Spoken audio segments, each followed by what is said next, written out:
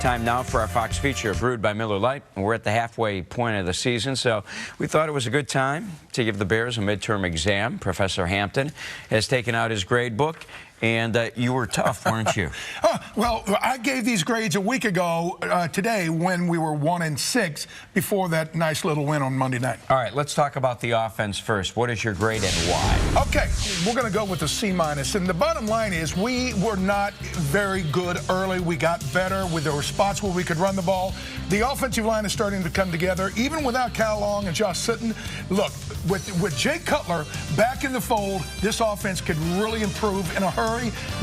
Even though the receivers, it's almost been a mess at that position. The running backs, the offensive line, and Jay Cutler give us an arrow up. I'm giving them a C-. Give me a grade. I know I'm putting you on the spot here, but give me a grade for the offense with Cutler on the football field. Well, and again, he's only been healthy for 2.5 games, so it's almost an incomplete, and I wrote incomplete down, but hey, guess what? You got to go play with who you have, that's healthy.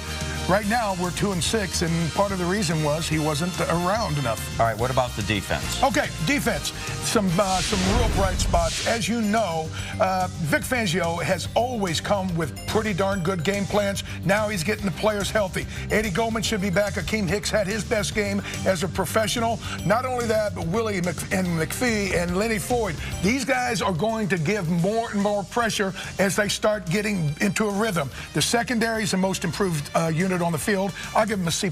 How about the front seven? What would you give that front seven? So, with McPhee back healthy now. Okay, they can be a B+ down the stretch. So far, a C-. All right. Not enough yet. Let's talk about special teams. Okay, look, when you don't make enough big plays and you lead the league almost in penalties, it spells doom. D is for doom with a D-. Hey, let's start by trying to make a field goal. We didn't make a field goal for a month. Now, I know it's hard to believe, but it was like every time we lined up for a field goal, it was an adventure. And we haven't done anything with kickoff returns either. Zero. And with Eddie Royal out of the lineup, not much is happening with punt returns. Exactly. So, like I said, a D- is almost generous. All right. Now, I know you're going to be tough here, and for good reason. What about the coaching staff? Okay. Now, the position coaches, Dave Maguzu, Ed Donatel is the secondary coach. The two coordinators. Hey, Dow Loggins had his best game plan of the season Monday night. So, yeah, the arrow is looking, like it's turning up. All that being said, I'd give the assistants a C+, but John Fox gets an F. He did not have this team ready at any time in the preseason. When the regular season started, we looked like we were, professional bunglers.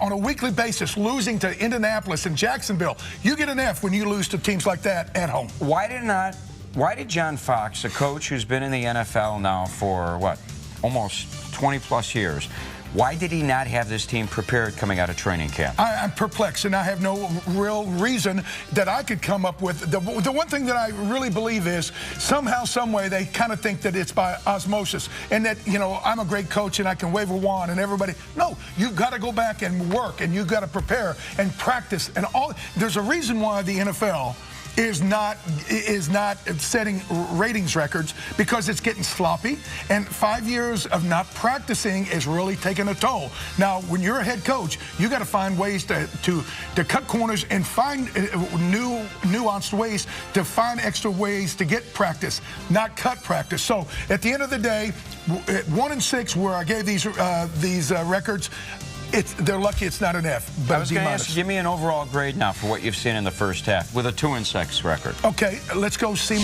because Minnesota was not a fluke. There are ways that we can match up each and every week when we go to Tampa, that when we have to play the Packers, whoever it may be. Because guess what? We beat the Minnesota Vikings at the line of scrimmage. Those are the things that you look at when you're looking for a great football team. When you can win at the line of scrimmage, you got a chance each and every week. I know Hamp had a D+ there. That was before they beat the Vikings, so that D+ went up to a C-. There you go.